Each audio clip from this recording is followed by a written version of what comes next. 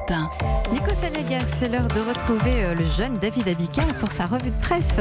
Happy birthday David Abiker. Merci, et à la Nico, une de la merci, presse ce Céline. matin, rien que du vieux. Bah oui, rien que du vieux, une fois n'est pas coutume, rien que du vieux dans les journaux. Je pourrais par exemple vous parler du président algérien Bouteflika, 81 ans, au pouvoir depuis 20 ans, candidat à un 5e mandat consécutif alors qu'il est quasiment invisible depuis son AVC en 2013. Je pourrais aussi vous parler de ce chauffard de 92 ans dont la conduite a coûté sa jambe à Pauline, en une du Parisien. Pauline qui a lancé une pétition pour qu'à partir d'un certain âge, un examen vérifie les aptitudes des plus âgés à la conduite. Je pourrais aussi vous parler du prince Philippe, le mari de la reine d'Angleterre, qui lui a renoncé à conduire à l'âge de 97 ans. Mais non, je voudrais ce matin vous parler de la doyenne des Français. Elle s'appelle Sœur Andrée. Elle a 115 ans aujourd'hui. Elle est née dans le Gard en 1904 et elle pose à la une du Midi Libre avec des lunettes noires car elle y voit plus. Sœur Andrée a vécu l'arrivée de l'électricité et de l'automobile, les débuts de l'aviation postale. Sœur Andrée, institutrice, puis gouvernante, devenue religieuse à 40 ans en 1944 pour s'occuper d'orphelins. Sœur Andrée dont le Midi Libre résume la vie en une frise chronologique de 115 ans. 3 guerres mondiales, 18 présidents de la République. À côté, l'acte 13 des Gilets jaunes ce week-end semble une péripétie. Happy birthday, Sœur Andrée. Il y a donc l'itinéraire de Sœur Andrée dans le Midi Libre et l'itinéraire d'un casseur dans le Parisien aujourd'hui en France. À l'opposé d'une vie au service des autres, dans le Parisien aujourd'hui en France, le parcours d'un casseur sur une journée. Filmé et filé dans ses basses œuvres par la police. Masqué, vêtu de noir et de lunettes de protection, il est repéré vers 14h samedi, défonçant la vitrine d'une banque au marteau, boulevard Saint-Michel. On le retrouve ensuite boulevard Pasteur, s'acharnant sur des caméras de vidéosurveillance.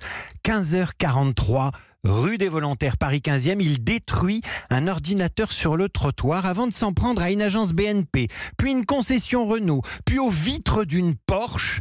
Il est 16h50 quand il s'approche de 2 véhicules de l'opération Sentinelle stationnés tout près de la Tour Eiffel. Il entre dans un des véhicules qui prend feu juste après qu'il en ressort. Un dernier pavé lancé du côté de l'avenue Georges V et il est arrêté à 17h55 par des policiers en civil. Il s'appelle Thomas P. Il a 25 ans. Il est anarchiste, déjà connu de la justice pour des dégradations. Alors ce matin, les éditorialistes disent stop à la routine des samedis de violence. Bruno Dive, dans Sud-Ouest, dénonce l'accoutumance à ces orgies pseudo-révolutionnaires. Jean-Michel Helvig, dans La République des Pyrénées, se désole de ces activités nihilistes et factieuses qui ont détourné le sens originel du mouvement des Gilets jaunes qui ne sait plus très bien où il va. Et François Ernevin se demande dans La Croix quel peut être le terme d'un mouvement aussi divisé, sans projet défini ni embryon d'organisation.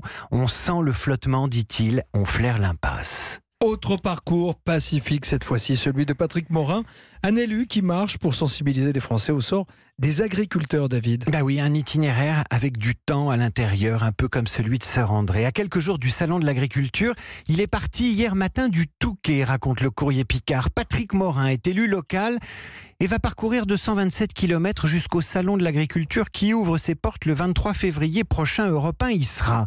À 66 ans, ce marcheur sans étiquette, béret sur la tête, veut témoigner de la détresse du monde rural. Il veut remettre au président de la République un cahier de doléances qu'il fait remplir à ceux qui croisent sa route. Détail curieux, c'est un lointain cousin d'Emmanuel Macron, Jérôme Cairès, qui a organisé son hébergement sur le parcours et qui l'a mis en rapport avec la presse.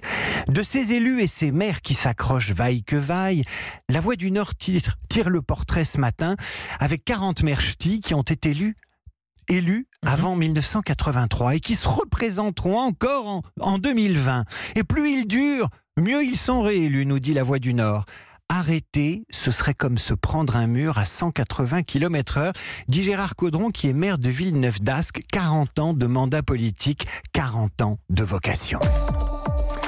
Et la vocation, il en est encore question ce matin avec ces fabricants de rillettes qui ont concouru hier au 52e concours national de la rillette organisé par la confrérie du même nom à Mamers dans la Sarthe. Très bien. Ce concours a réuni 152 concurrents. Le gagnant de ce The Voice de la rillette, c'est la SARL Duro de Bagneux dans le Maine-et-Loire. Je vous en parle parce qu'elle a une recette œcuménique. Cet artisan a remporté la médaille d'or avec ses rillettes au bœuf. bœuf, à l'agneau, aux agrumes confits et aux épices marocaines. Et c'est pas fini.